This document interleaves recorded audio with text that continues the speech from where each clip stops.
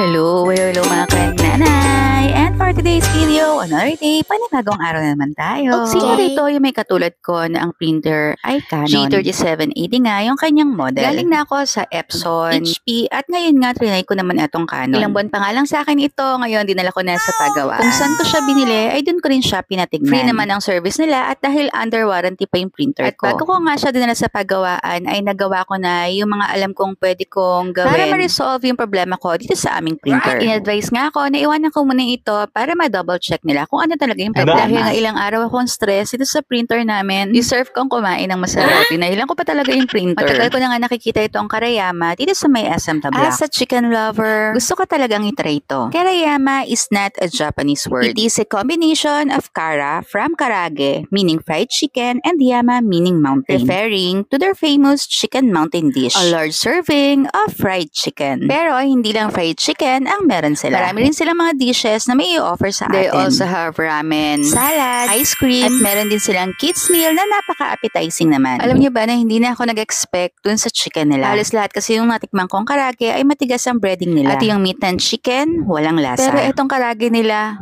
ay nako, ang sarap niya. Crispy outside, juicy talaga inside. Yung alam mong na brine siya, o kaya parang na-marinate siya. For 300 plus, sulit na sulit ka na talaga dito. Only rice at only miso soup pa siya. Naka-open kitchen din sila, kaya kitang-kita mo na pre-prepare yung mga pagkain mo. At pag napanood mo to, it's a sign na rin dito.